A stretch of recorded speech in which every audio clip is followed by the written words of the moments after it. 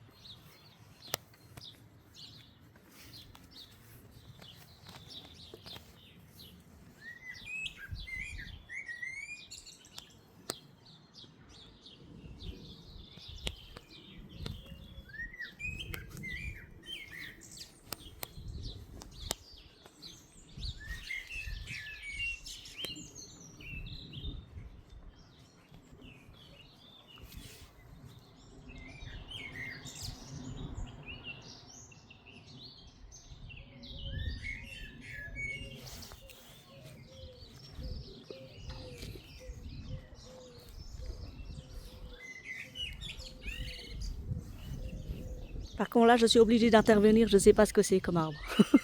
Si vous savez ce que c'est, vous me dites que là, c'est des feuilles rouges. Ça doit avoir des fleurs ou ça a eu déjà des fleurs, je ne sais pas.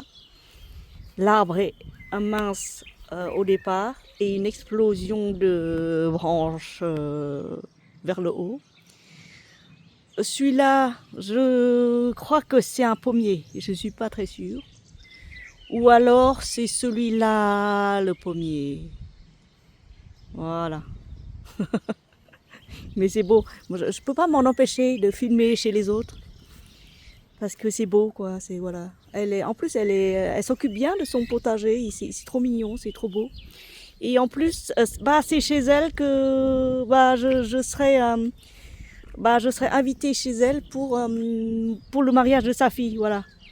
Et celui-là, c'est un chèvrefeuille. Il est magnifique. Magnifique. Franchement, il est beau. Franchement, il est très très beau. J'en ai un chèvrefeuille qui est là-bas, là, vous savez, là-bas. Là-bas, là, chez moi. Mais, tiens, d'ailleurs, il faut que je contacte Mireille pour filmer son jardin. Mireille, là, la dame qui est là. C'est tellement beau aussi. Tiens, j'irai chez eux. Je vais sonner chez eux.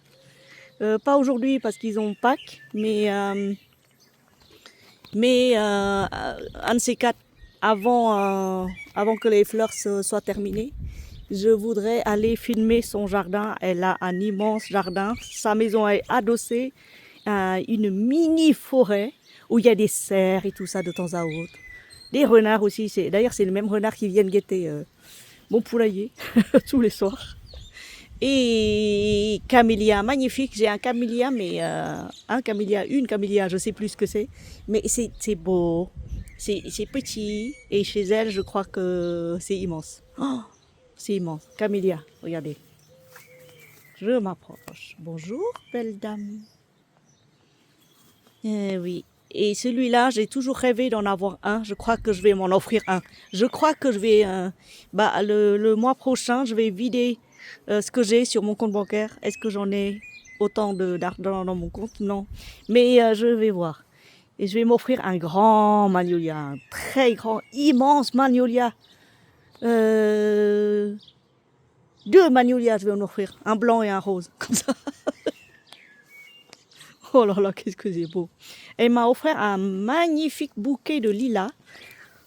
Celui-là, c'est un lilas double. Et elle m'a même offert un rejeton de lilas.